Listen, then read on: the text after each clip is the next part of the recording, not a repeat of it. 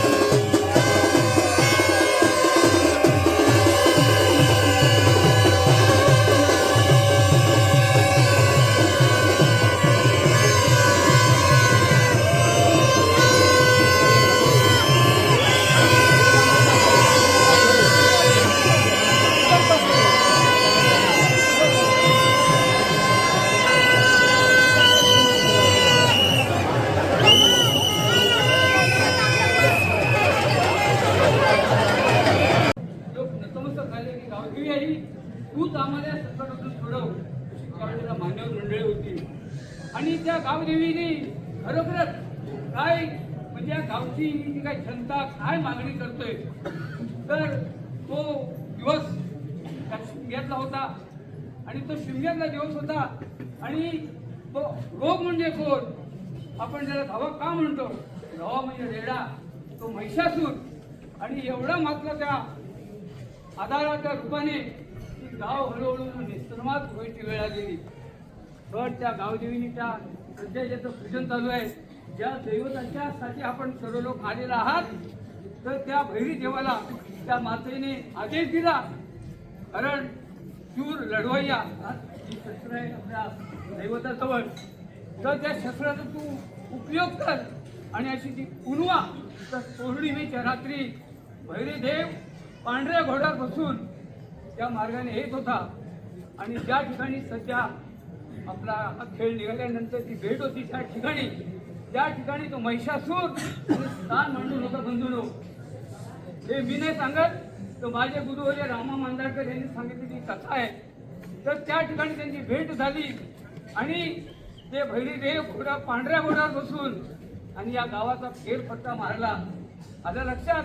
आणि अशा तऱ्हेने त्या भैरी देवाने पुन्हा गावाला फेरफटका मारला. सर्वांना तमाम जनतेला दर्शन दिलं आणि पुन्हा कारण तो महिषासूर त्या ठिकाणी स्थान मांडून होता. आणि तिथे ते भैरी देव आपल्या पांढऱ्या घोड्यावर स्वार होऊन हातात शस्त्र घेऊन गेले आणि त्यांचा त्या ठिकाणी युद्ध झाला. आणि तो युद्ध असा 1-2 तास नाही तर पहाटेपर्यंत तो का आठवे नाही. तर राक्षस लोकांना ताकद जास्त असते. आणि त्या महिषासुराच्या बरोबर युद्ध करता करता करता आणि होली मैदानामध्ये ते पुढे भैरीदेव आणि हा रेडा त्यांचा द्वंद्व युद्ध त्या ठिकाणी चालू झाला आणि त्या ठिकाणी सकाळी पहाटे आपण 5-5:30 नंतर का विसर्जन करतो तर त्यावेळेला चालल्या महिने म्हणजे आपल्या त्या मुस्लिम धर्माच्या बांगीदा सुद्धा त्यावेळेला साथ होती. दोन्ही साथ दिली आणि त्यावेळेला त्या रेड्याचा वध झाला आणि अशा प्रकारे त्या भैरी देवाने असा महामारी रूपी जो काय महिषासूर नावाचा राक्षस रेडा रूपाने आणि त्याचा वध केला आणि गावाला सुख दिला. आतापर्यंतची म्हणजे आपल्या गावाची ख्याती आहे की या गावावर आजपर्यंत मुंबई अनेक ठिकाणी देशी परदेशातली मंडळी बाळगोपाळ मंडळी एवढा मोठा कोरोनाचा आधार आला पण कुणाच्या केसाला सुद्धा धक्का त्या माझ्या माता समजाईने लावून दिला नाही आणि हा गाव खरोखर शांततेने आणि एकमेकाच्या प्रेमभावनाने नांदत आहे. ही त्या आपल्या गावची खरोखर महती आहे. बघा अनेक गावामध्ये अनेक काही भांडण तंटे झगडे पसरत चाललेत पण खरसई गाव आज कलेक्टरने सुद्धा डिक्लेअर केलेलं आहे.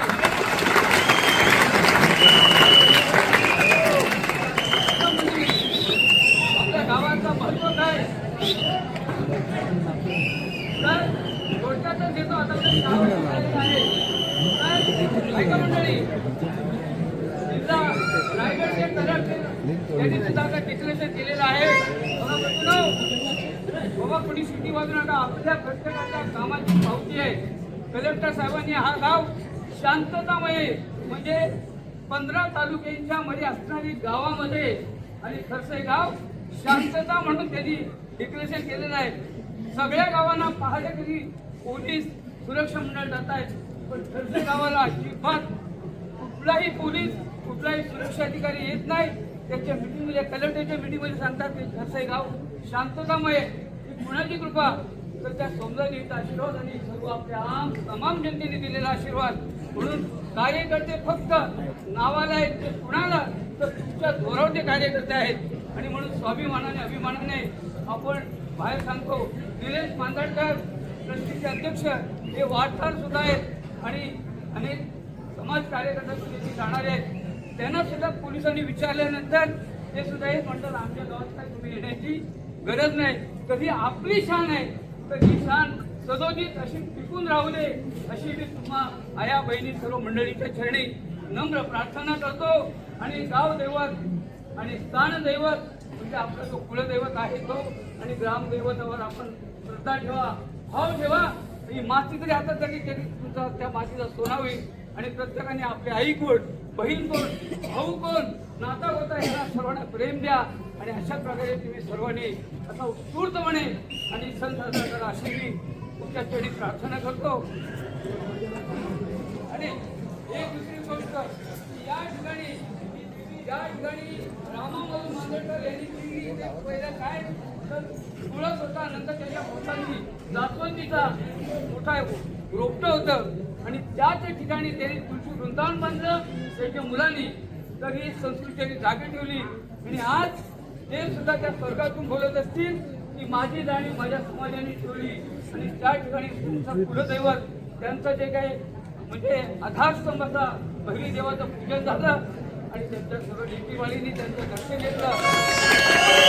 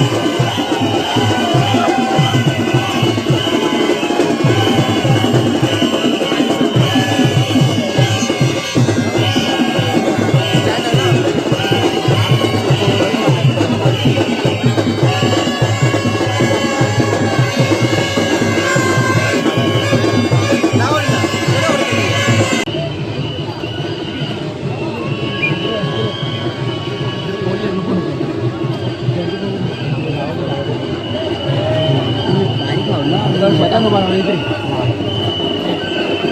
बोला सुरेश.